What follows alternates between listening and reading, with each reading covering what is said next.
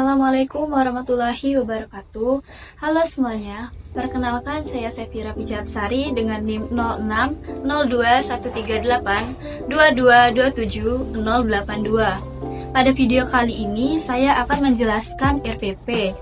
Materi RPP-nya adalah teks deskripsi dengan kearifan lokal Kota Palembang, yaitu kue 8 jam. Sebelum itu, apa sih itu RPP?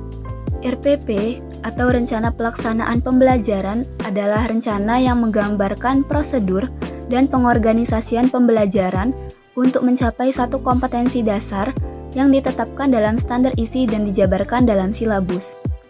Tujuan RPP adalah yang pertama, mempermudah, memperlancar, dan meningkatkan hasil proses belajar mengajar. Dan yang kedua, menyusun RPP secara profesional, sistematis, dan berdaya guna, maka guru akan mampu melihat, mengamati, menganalisis, dan memprediksi program pembelajaran sebagai kerangka kerja yang logis dan terencana. Selanjutnya, apa saja yang ada pada RPP? Yang pertama, informasi umum perangkat ajar, meliputi identitas modul, kompetensi inti, kompetensi dasar dan indikator pencapaian kompetensi, sarana dan prasarana, target peserta didik, jumlah peserta didik, model pembelajaran, dan mode pembelajaran.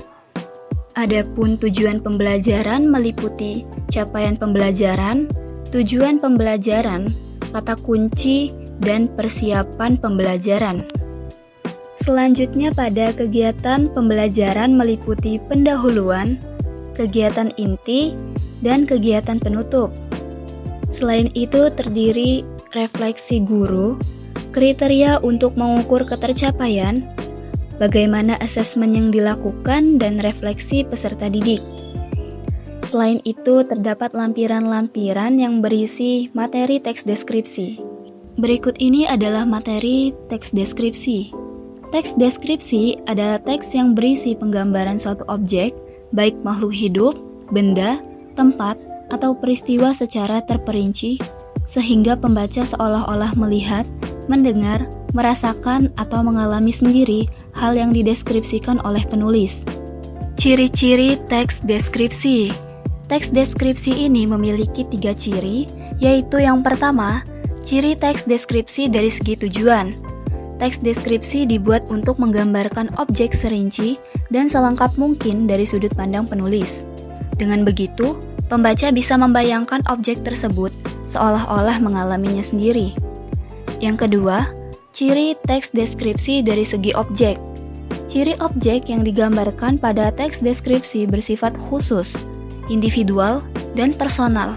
Artinya, hasil pengamatan objek yang dideskripsikan bisa jadi berbeda meskipun jenisnya sama. Yang ketiga, ciri teks deskripsi dari segi isi. Sebuah teks deskripsi harus memuat informasi yang lengkap, jelas, rinci dari pengamatan penulis. Jenis teks deskripsi terbagi menjadi 2, yaitu berdasarkan bentuk dan berdasarkan isi. Teks deskripsi berdasarkan bentuk terdiri dari teks deskripsi yang berdiri sendiri dan teks deskripsi yang termasuk dalam bagian teks lain. Teks deskripsi berdasarkan isi terdiri dari teks deskripsi spasial, objektif, dan subjektif. Struktur teks deskripsi meliputi yang pertama identifikasi. Struktur identifikasi adalah bagian awal dari teks deskripsi yang berisi pengenalan nama objek, makna nama, lokasi, sejarah lahirnya, atau gambaran umum lainnya tentang objek yang dideskripsikan. Yang kedua, deskripsi bagian. Struktur deskripsi bagian adalah gambaran rinci dari sudut pandang penulis tentang suatu objek. Penulis menggambarkan apa yang telah ia lihat, dengar, dan rasakan selama mengamati objek pilihannya. Jadi pada bagian ini penulis bisa menggambarkan tiap bagian yang ada di objeknya. Yang ketiga, simpulan atau kesan. Simpulan atau kesan adalah bagian yang berisi kesimpulan atau kesan dari hasil pengamatan penulis terhadap objek. Materi selanjutnya kaidah kebahasaan teks deskripsi, meliputi ejaan dan tanda baca, sinonim, kata umum dan kata khusus, kata sifat, kalimat perincian, dan kalimat serapan panca indera. Materi terakhir dari teks deskripsi adalah contoh teks deskripsi berdasarkan kearifan lokal Palembang dengan judul Kue 8 Jam. Terakhir, yang ada pada RPP adalah penilaian, remedial, dan pengayaan. Penilaian terdiri dari sikap, pengetahuan, dan keterampilan.